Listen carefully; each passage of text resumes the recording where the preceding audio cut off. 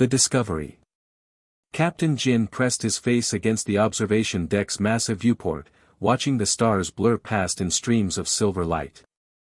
The New Horizon had been his home for 3 weeks now, carrying him and his crew toward the unknown reaches of the Kepler 442 system. "Captain," called Na, his science officer, her voice cutting through the gentle hum of the ship's engines. She was hunched over her workstation, black hair falling across her face as she studied the readouts. "We're approaching the system boundary. My sensors are picking up 4 distinct planetary bodies." Jyn turned from the window, his boots clicking against the metal deck plating. "What can you tell me about them?" Na's fingers danced across her console, pulling up holographic displays that cast blue light across her features. "The first planet is practically molten, too close to the star. The second and third are rocky worlds, but they're airless. No atmosphere to speak of." She paused, her eyes widening slightly. "But the fourth planet? Captain, it's remarkable. Water signatures, breathable atmosphere, gravity within acceptable parameters." From across the bridge, Q, their security chief, looked up from cleaning his plasma rifle. The man was built like a fortress, all broad shoulders and steady hands. "Sounds too good to be true," he rumbled. "In my experience, when something looks perfect, it's usually hiding something dangerous." You, their young communications officer, barely looked old enough to be out of the academy, but her skills with technology were unmatched. She was monitoring the long-range communication arrays, her headset pushed back around her neck. "Captain, I'm not detecting any artificial signals from the system. No radio chatter, no electromagnetic signatures that would indicate cities or technology." Jyn considered this information, weighing their options. They were explorers, not conquerors, but space was vast and unforgiving. "Na, are you detecting anything else from the fourth planet?" "Actually, yes." Na frowned at her displays. "There are some unusual energy readings, unlike anything in our databases. Not nuclear, not fusion, not even antimatter. It's different." Q set down his weapon, his expression serious. "Unknown energy signatures usually mean unknown threats, Captain. We should approach with caution." "Agreed," Jyn nodded. "But we didn't come all this way to turn back at the first sign of mystery. We'll investigate, but we'll be prepared." Q, run a full weapons diagnostic. Na, keep monitoring those energy readings. You, maintain communication protocols. If there's any intelligence down there, we want to know about it. As the New Horizon adjusted course toward the fourth planet, Jyn felt the familiar mixture of excitement and apprehension that came with discovery. In the distance, their destination grew larger, a blue-green marble suspended against the cosmic dark, promising answers to questions they hadn't even thought to ask yet. First contact. As the New Horizon descended through the planet's atmosphere, the crew pressed against the viewports in wonder. The world below was unlike anything they had ever seen. Vast forests of trees glowed with soft bioluminescent light, their leaves shimmering blue and green against the alien landscape. Purple and pink clouds drifted across skies that seemed to shift between familiar blues and deeper, more exotic hues. "Captain," Na breathed, her scientific composure cracking with excitement, "the trees are generating their own light through some form of biological process. And those formations in the distance, they appear to be natural crystal structures, but they're massive. Like mountains made of living glass." Jyn studied the landscape through the ship's enhanced imaging systems. "Find us a landing site, Na. Somewhere flat, away from the major crystal formations but close enough to investigate. There's a clearing about 2 kilometers from a grove of the luminescent trees," Na reported. "The ground appears stable, and the energy readings are manageable there." The ship touched down with barely a whisper, the advanced landing systems absorbing the impact. The crew gathered in the airlock, suited up and ready for whatever waited outside. "Atmospheric readings are good," Na confirmed, checking her portable scanner. "We can breathe the air, though I recommend keeping the suits on initially as a precaution." They stepped onto the alien world, and immediately Jyn knew they had discovered something extraordinary. The air was warm and carried the scent of rain-washed flowers, though no flowers he recognized. The ground beneath their feet felt soft, almost spongy, and gave slightly with each step. "The trees," you whispered, pulling out her recording equipment. "They're beautiful." The luminescent forest stretched before them, each tree trunk glowing with patterns that seemed to flow upward like liquid light. When the wind moved through their branches, the leaves created a sound that was almost musical, not quite a whistle, not quite a chime, but something hauntingly melodic. "Stay together," Jyn instructed as they moved into the forest. "We don't know what kind of wildlife this planet supports." They hadn't walked far when Q suddenly raised his hand, bringing the group to an immediate halt. His eyes were fixed on something moving in the shadows between the trees. "Movement," he whispered, his hand moving instinctively toward his weapon. Something large. The creature that emerged from behind the glowing vegetation was unlike anything in their xenobiology databases. It was roughly the size of a small transport vehicle, walking on 4 powerful legs. Its body was covered in scales that shifted color continuously, blue flowing to green to purple, like oil spreading across water. But it was the creature's eyes that captured Jyn's attention. They were large, intelligent, and seemed to hold depths of thought and awareness that reminded him uncomfortably of looking into a human face. "It's watching us," Na observed quietly. "Not hiding, not fleeing. It's curious." The creature tilted its head to one side, studying them with what could only be described as interest. Q's hand hovered near his weapon, but Jyn placed a restraining hand on his arm. "Wait," Jyn said softly. "It's not aggressive. Look at its posture, it's the body language of curiosity, not threat." The creature took a single step closer, and its scales brightened, shifting to more vibrant hues. It opened its mouth and made a sound, deep, resonant, almost like purring but with an underlying musicality that suggested intelligence. "Captain," you said, her voice filled with wonder, "I think it's trying to communicate with us." Communication. Jyn took a careful step forward, his hands visible and empty. "Hello," he said in the calmest voice he could manage. "We're not here to harm you." The creature's response was immediate and remarkable. Its head tilted the opposite direction, and it made a series of sounds that were clearly more complex than simple animal calls.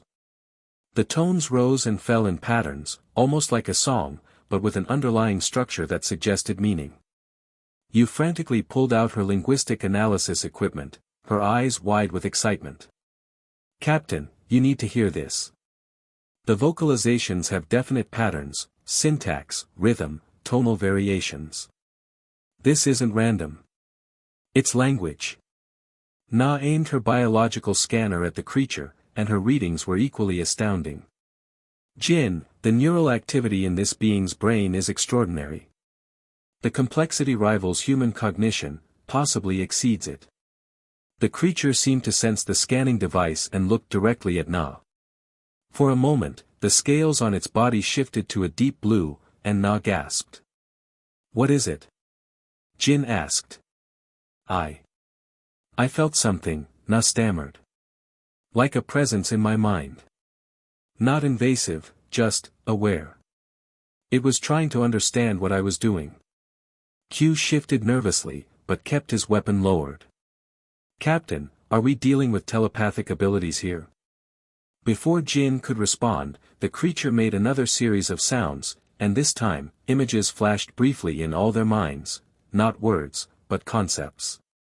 Curiosity. Friendship. Welcome. You nearly dropped her equipment. It's not just telepathic communication. It's empathic. It's sharing emotions and concepts directly. Jyn felt a strange warmth in his chest as more images flowed from the creature's mind to theirs.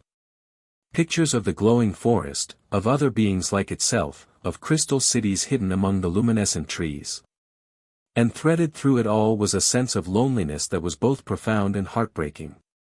"You're alone," Jyn said softly, and the creature's scales brightened to a warm golden hue. More images came, memories of companions, of a thriving community, and then darkness. Some kind of exodus. The creature had been left behind, a guardian or perhaps simply one who chose to stay when others departed for distant stars. "How long have you been alone?" Na asked, though she wasn't sure if the creature would understand spoken language. The response came not in words but in the feeling of vast time passing, seasons changing, the glowing trees growing and changing, years flowing like water. Decades, perhaps centuries of solitude. The creature moved closer, no longer cautious. Its large eyes reflected the light from the luminescent forest, and in them, Jyn saw something that transcended species: hope. "We can be friends," Jyn said, reaching out slowly with one hand. The creature extended what might have been its equivalent of a limb, elongated appendage that ended in something like fingers. When they touched, Jyn felt a rush of warmth and acceptance that brought tears to his eyes. The creature's scales shifted to brilliant gold and silver, and for the first time in perhaps centuries, it was no longer alone. Understanding. Over the following days, the crew of the New Horizon established a remarkable bond with the being they came to call Loomis, after the luminescent forest that was its home. Loomis, in turn, shared with them the wonders of its world through a combination of telepathic imagery and patient guidance. The crystal formations they had seen from orbit were not just geological features, but the remains of an ancient civilization. Loomis led them through passages carved into the living glass, showing them chambers where light itself seemed to have been sculpted into art forms that defied human understanding. "This is incredible," Na whispered as they stood in a vast crystalline hall where rainbow light danced in patterns that somehow conveyed stories of Loomis's people. An entire culture based on light manipulation and telepathic communication. Through shared memories, Loomis explained what had happened to its kind. They were called the Kethra, beings of both matter and energy who had evolved alongside the luminescent ecosystem of their world. When their star began showing signs of instability centuries ago, most of the Kethra had departed for distant worlds, carrying seeds of their glowing forests to plant among other stars. "But you stayed," Jyn observed, feeling the weight of Loomis's sacrifice through their mental connection. Loomis shared the image of a guardian's duty: someone had to maintain the forest, to keep the crystal archives functioning, to preserve the knowledge and beauty of their world in case others ever returned. It had been a choice made out of love, but the loneliness had been almost unbearable. "You had spent hours working with Loomis to establish a more structured form of communication. Using her equipment and Loomis's telepathic abilities, they had created a translation matrix that could convert the creature's complex emotional concepts into something approaching human language. Loomis wants to know about our kind," you reported, her eyes bright with excitement. "About Earth, about human civilization, about why we explore." Q, who had initially been the most suspicious of their new friend, had gradually warmed to Loomis. The creature's genuine curiosity and gentle nature had won over even the hardened security chief. "It's remarkable," he admitted to Jyn during one of their evening briefings aboard the ship. "I've never encountered a being so fundamentally peaceful. There's no aggression in it at all, no capacity for violence. Perhaps that's why its people survived for so long," Jyn mused. "Maybe aggression isn't the evolutionary advantage we thought it was." Na had been studying the symbiotic relationship between Loomis and the forest ecosystem. "The trees aren't just plants," she explained. "They're part of a vast organic network, almost like a planetary nervous system. Loomis isn't just their caretaker, it's connected to them, part of them. This entire forest is essentially one massive, living entity." The implications were staggering. They weren't just communicating with an individual, they were in contact with what amounted to a planetary consciousness, ancient beyond measure and wise in ways humanity had never imagined. On their final night on the planet, Loomis shared with them its deepest fear, that it would die alone, and with it, the last remnant of Kethra civilization would fade into darkness. The crystal archives would go silent, the glowing trees would gradually lose their light, and an entire culture's worth of knowledge and beauty would be lost to the universe. "That won't happen," Jyn said firmly, taking Loomis's hand-like appendage in both of his. "We'll make sure it won't happen." New beginnings. The decision hadn't been difficult to make, though it would change everything about their mission. After intense discussions with Earth Command via quantum communication, Captain Jyn received authorization for what would become known as the Kepler 442 Cultural Exchange Initiative. "We're not just explorers anymore," Jyn explained to his crew as they prepared for the changes ahead. "We're ambassadors, protectors, and students all at once." Na had already begun the process of downloading and cataloging the Kethra archives, working alongside Loomis to understand the vast repository of knowledge stored within the crystal network. The scientific implications alone would advance human understanding of biology, physics, and consciousness by centuries. You had established permanent communication protocols, creating a link between Loomis and Earth that would allow for ongoing cultural exchange. Through her work, humanity would learn new forms of art, philosophy, and ways of understanding the universe that had never occurred to their species. Q, perhaps most surprisingly, had requested to remain on the planet as permanent security liaison. "Someone needs to stay," he told Jyn simply. "To make sure Loomis is protected, to help when the research teams arrive. Besides," he added with a rare smile, "I've never had a friend quite like this one." But the most significant change came when Loomis made an unexpected request. Through the translation matrix, it asked if it might be possible to share some of its essence, not to leave its world, but to extend itself, to create a bridge between species that had never existed before.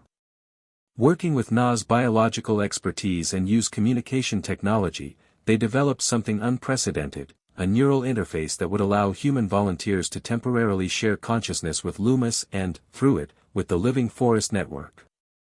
It wasn't telepathy as humans had imagined it, but something far more profound, a true meeting of minds across species barriers. When Jyn first experienced the connection, he found himself overwhelmed by the sheer scope of consciousness that surrounded him. He could feel the slow, patient thoughts of the glowing trees, the accumulated memories of generations of Kethra, and underneath it all, Loomis's joy at no longer being alone. "We're planning to establish a permanent research station," Jyn explained to Loomis on their last day before the New Horizon would depart to bring back the first wave of researchers and diplomats. "Humans who want to learn from you, to help preserve your culture, and maybe to understand what it means to live in harmony with an entire world." Loomis's scales shimmered with contentment, and through their connection, Jyn felt its gratitude, not just for the promise of companionship, but for being understood, for being valued not as a curiosity but as a friend. The farewell was difficult, but not final. Q would remain, and others would come. The lonely guardian of Kepler 442b would never be alone again. As the New Horizon lifted off from the luminescent world, Jyn stood at the observation deck watching the glowing forest shrink into patterns of light against the planet's surface.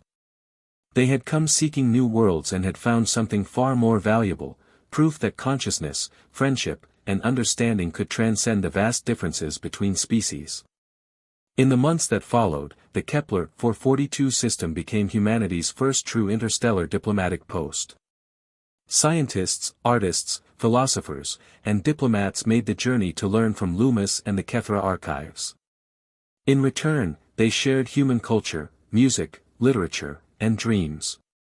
Loomis, for its part, became something unprecedented in human experience, an alien friend, teacher, and bridge to understanding forms of consciousness that existed nowhere else in the known galaxy. The creature that had waited alone for centuries became the center of a new kind of civilization, one built on understanding rather than conquest. And in the glowing forests of Kepler 442b, where crystal spires reached toward alien stars and trees sang songs of light, two species learned that the universe was far less lonely than either had ever dared to imagine. The first chapter of humanity's greater galactic story had begun, not with war or conquest, but with a simple greeting between friends under the light of distant suns. The end.